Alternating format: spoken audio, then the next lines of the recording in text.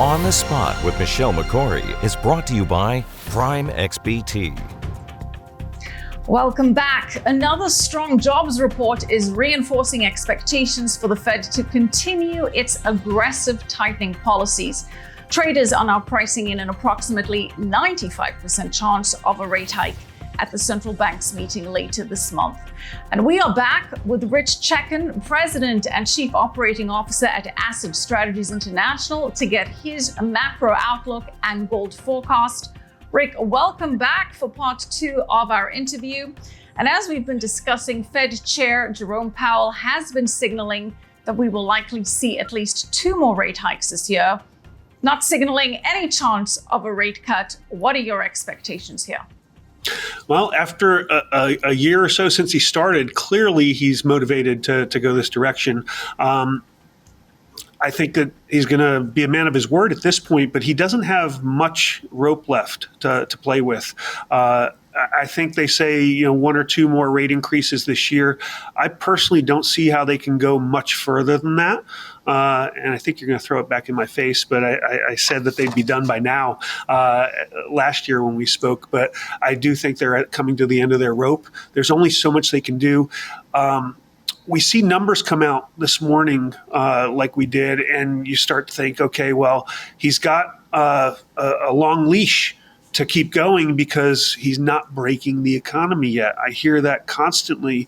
But I got to tell you, I'm seeing signs, I don't know why anybody else isn't, of a breaking economy.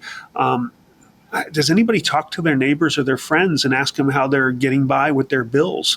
I know a lot of folks are spending on utilities or food or things that are just natural daily necessities. They put them on their credit card. And there's a reason for that.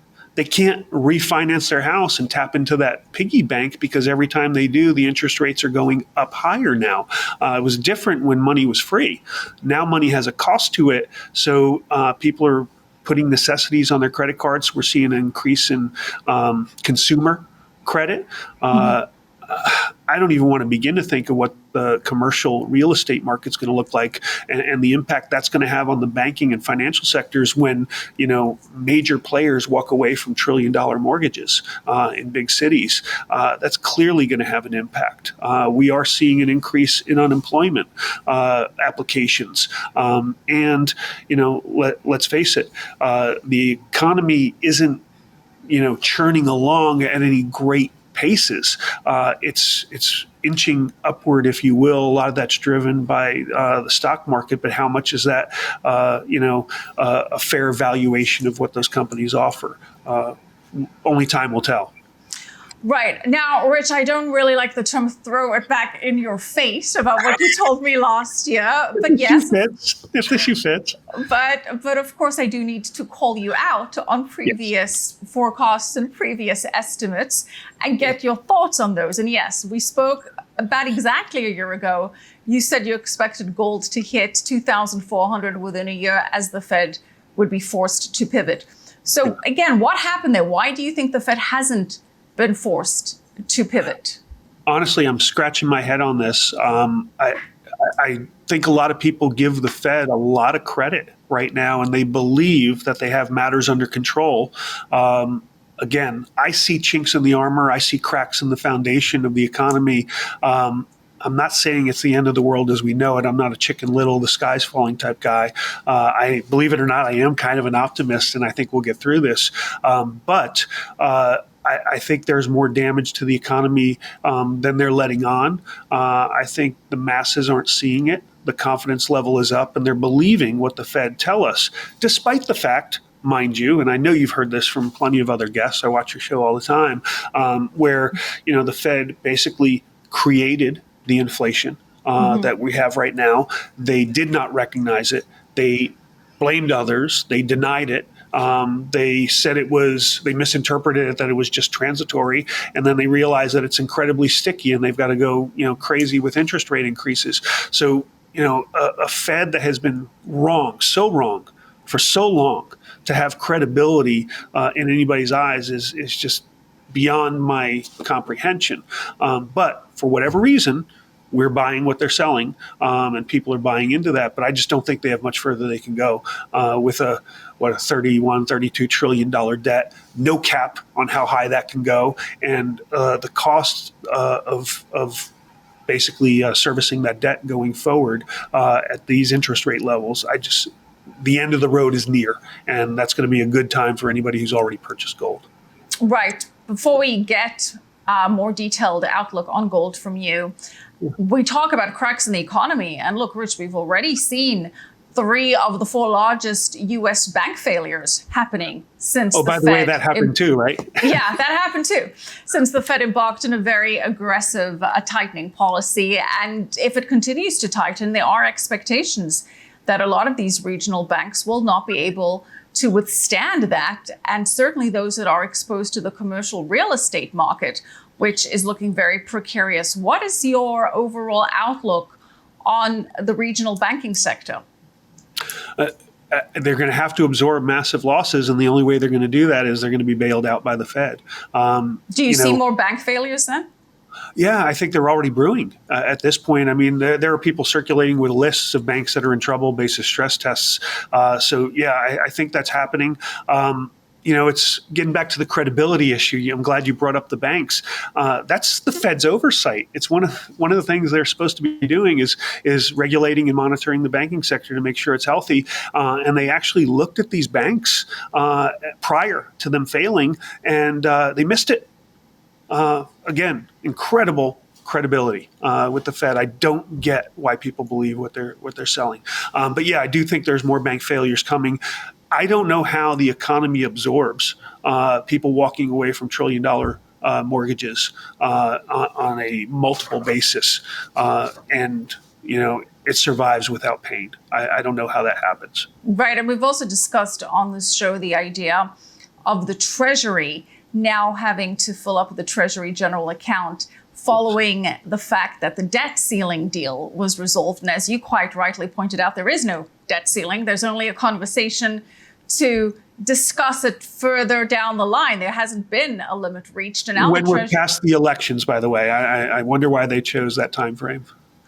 Right. So we now only have a deadline to talk again, not a limit per se. Means the Treasury now has to fill up its coffers, the Treasury General account, and that in itself is expected to be a massive liquidity drain on the economy and on the markets as it starts to issue debt in order to fill up its reservoirs there. So what is your macro outlook in terms of your expectations, Rich, for a recession, for a potential soft landing? Because opinions are now very divergent on the potential economic macro picture developments that we can expect to see. Yeah, I don't know how you have an inverted yield curve for this long that doesn't end in a recession when it has predicted a recession in our country every single time it's happened in the past. So a recession, in my opinion, is absolutely coming. The soft landing, I think we're already starting to crash.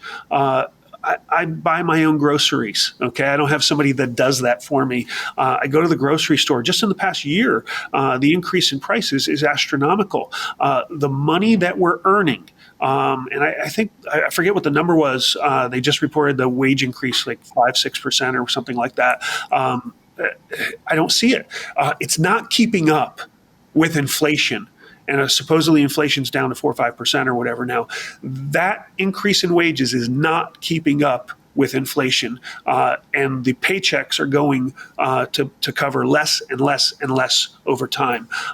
This is not a good scenario. So long term, we've talked before, Michelle. I don't 100% blame the Fed. I think they have no credibility, but that's a no-win situation. They are basically trying to fix a problem that's created by Congress. Congress is not balancing the budget. They are spending way more than we take in, and they have no desire, clearly, with what we just saw with the debt ceiling debacle, to right their ways and to be more fiscally responsible. Until they are, Chairman Powell can't do anything about this mess. His only options then are either to let the currency default, which is not in the cards, it's not going to happen, or to inflate. There's no other way around it. So when you know things are going to be inflated, and by definition, inflation is the increase of the money supply. When you know the currency is going to be inflated over time, everything that you buy with that currency is going to go up in price over time, to include your gold coins. And I'm sorry I didn't get that $2,400 within a year last year, but I think I did say, even if it doesn't get there, if you bought gold, I think your people will still love me, and I hope they do. Although I'm starting to hear some break in their resilience as well, talking to some clients. Well, let's talk about that, because on the one hand, gold has not performed as you think it should with rising inflation.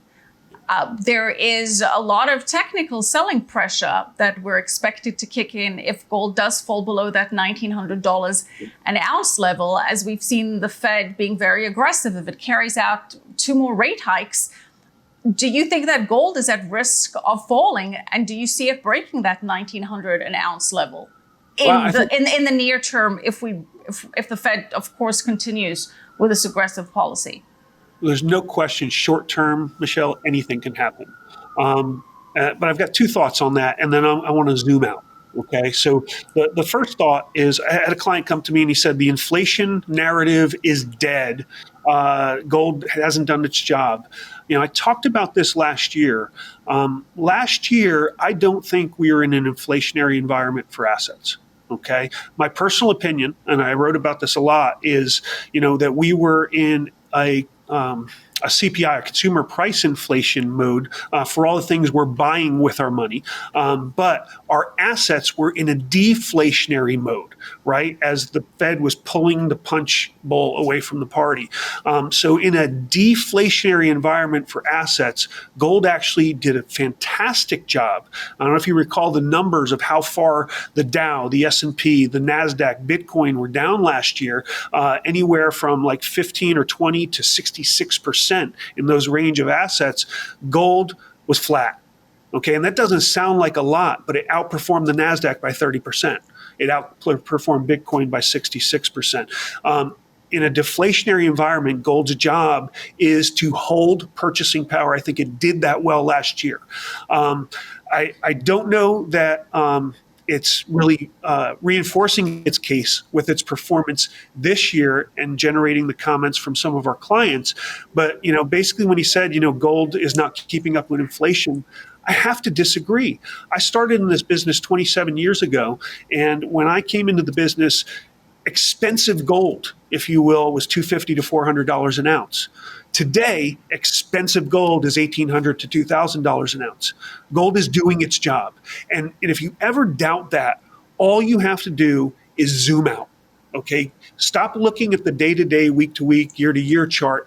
Zoom out and take a look at gold's performance versus the dollar, versus the euro, versus whatever over time.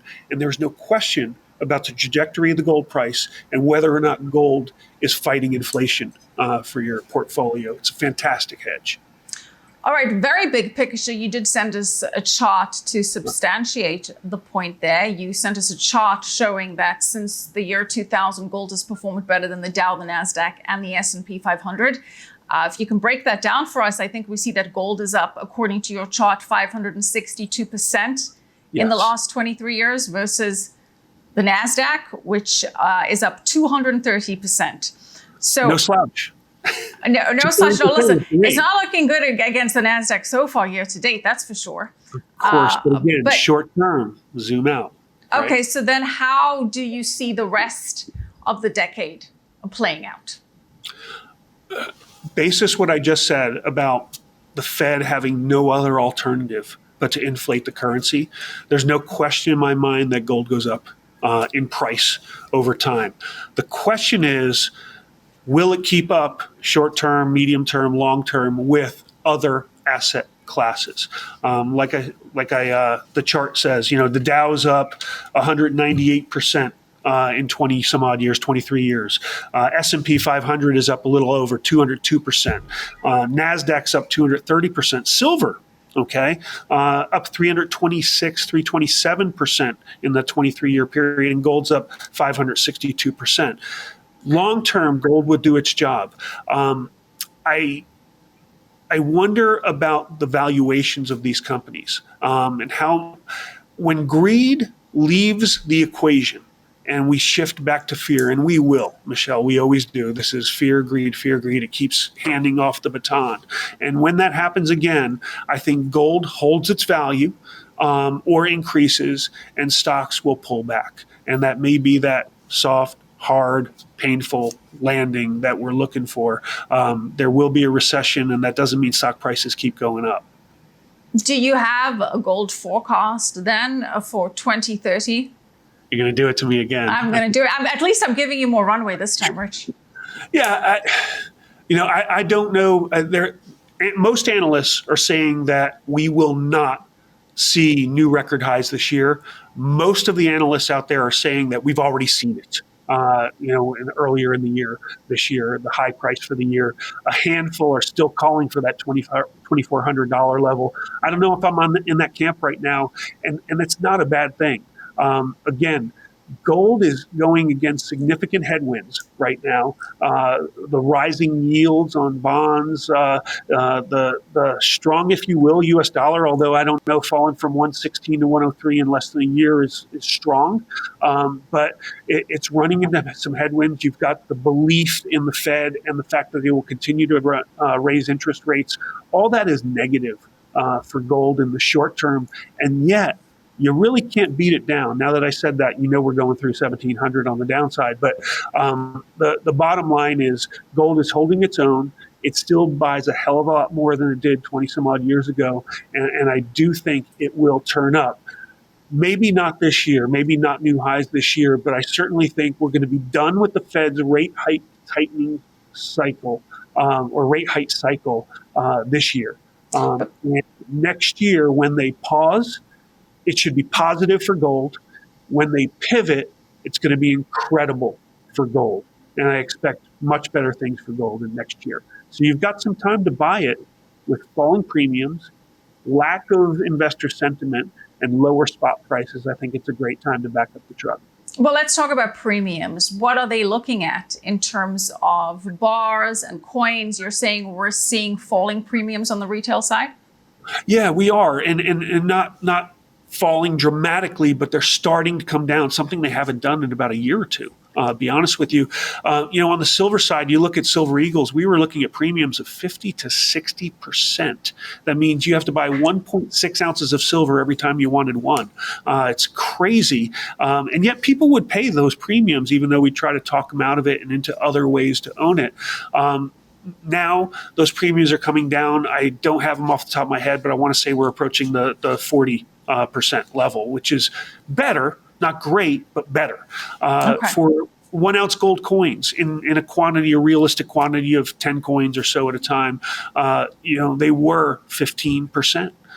For Eagles. Now we're seeing them down around 8-9%, even lower if you can get deals on them from time to time. So we are seeing the premiums come down, and the snag always has been when we've had low spot prices, the premiums were higher than what they were when we had lower spot prices. And in the end, you're getting the same amount of gold for your money. Now you're starting to get a little bit more value for your money. And I think it's a good combination for buyers. When people are buying gold coins, is there a particular coin that you recommend? Is it an Eagle? Is it a Maple? Is it a Kruger? Which gold coin does Rich Checkan think is best to hold? Personally, whatever's cheapest, that's recognizable. Okay. And let's face it, the Eagle and the Maple are the two most popular coins on the planet. Year in, year out, they're number one and number two. So if you want liquidity, recognizability, those are the coins you go after. But, different coins have different premiums. If you're going to leave it to the two most famous coins out there, or most liquid coins out there, the Eagle carries a higher premium than the Maple Leaf does. So nod to Canada there. Much lower premium for a great coin. The Britannias carry a wonderful premium, even better than the Maple in some cases. So, personally for me, as long as it's a recognizable coin or bar, I'm okay with that. Because I want to put more of my money into gold and less of it into the dealer's pocket in terms of premium, or the wholesaler's pocket in terms of premium. And, I always hear the case that, over time, it's better to have a sovereign coin because people will recognize it more. And if you ever needed to barter, which I hope we never get to, but if you ever needed that, people would recognize it. I've been doing this for 27 years. I've never had a moment in that time where I couldn't buy or sell a 1 ounce bar. I couldn't buy or sell any sovereign coin. For that matter, when I couldn't buy or sell a round in silver. So, as long as it's pure product from a recognizable source, I'm okay paying a cheaper premium. And I'll try to talk you into that to get more of your money in the metal. Okay, Rich. Final thought, because I did ask you this earlier, but you kind of dodged the long-term outlook here. Do you have a long-term forecast for gold by, say, 2030? I get that it's far out there, but kind of want to see how it aligns with some of the other opinions and thoughts that we've had shared on the show. No, I do. And I've shared that over time. By the time this bull market in gold is over, and I don't think we're done yet, right? We've come up since December of 2013 when we touched the bear market low of $1,050 an ounce. Since that time, we've been creeping up, up and down, up and down. My personal opinion is the next bull market tends to be 2 to 3 times the high of the previous bull market.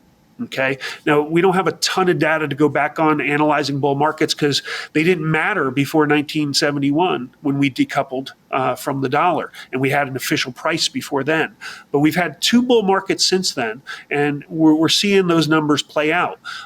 So we went from $850 to $1,900 an ounce the last bull market. I fully expect to see it somewhere around $3,000, $3,500 before this bull market's done, because the last bull market we hit 1921. This bull market meaning what time frame? They usually last about 10 years. This one started 2013. We should be at the end of it right now. I think we would have been if it wasn't for all the tinkering from the Fed. So I think it's going to last a little bit longer, maybe a few more years. Okay. And by 2030, going to push you on this one. By 2030, I think we'll probably have hit $3,500 an ounce, and we may regress a little bit. Okay, so you're not having the $10,000 gold predictions, $15,000 gold predictions as many, well, some of our guests have had on this show. Some really... We will get there, Michelle, but not by 2030, in my opinion, unless they institute a worldwide CBDC and force implementation, and then well, we may see $100,000 gold.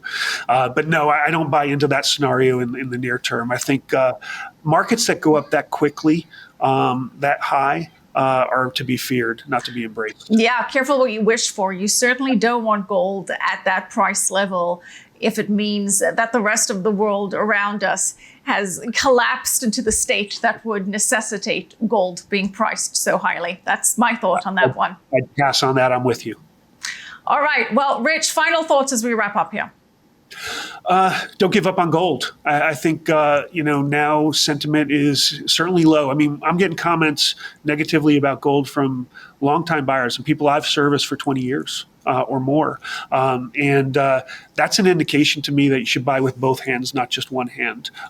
So don't give up on gold. That doesn't mean to go crazy in terms of your allocations. Set your allocation and maintain it. Now is not the time to abandon that strategy. Now's the time to make sure that you're following that strategy. I think that we have issues. I think we will sort them out going forward. But I do think there's some painful times ahead. I think we're already feeling them, whether we admit it or not. And the best remedy has been gold for longer than I've ever been around. So. All right. Well, thank you for being around with us today. Appreciate you sharing your thoughts with us in part 1 of this interview and this part 2. So thank you so much. Rich Checkan, President and COO of Asset Strategies International. Thank you again. It's my honor. Thanks for having me, Michelle. All right. Thank you. And as always, a special thank you to our sponsors, Prime XBT, and a reminder to our viewers that there is a special offer for Kitco viewers. Check it out in the description of this video. I'm Michelle Makori. From me and the rest of the team, as always, thank you for watching, and we'll see you soon. Begin your path to financial freedom. Gain up to a $7,000 bonus on us. Register and use promo code Deposit and enjoy a 7% bonus. Available now. Link in the description.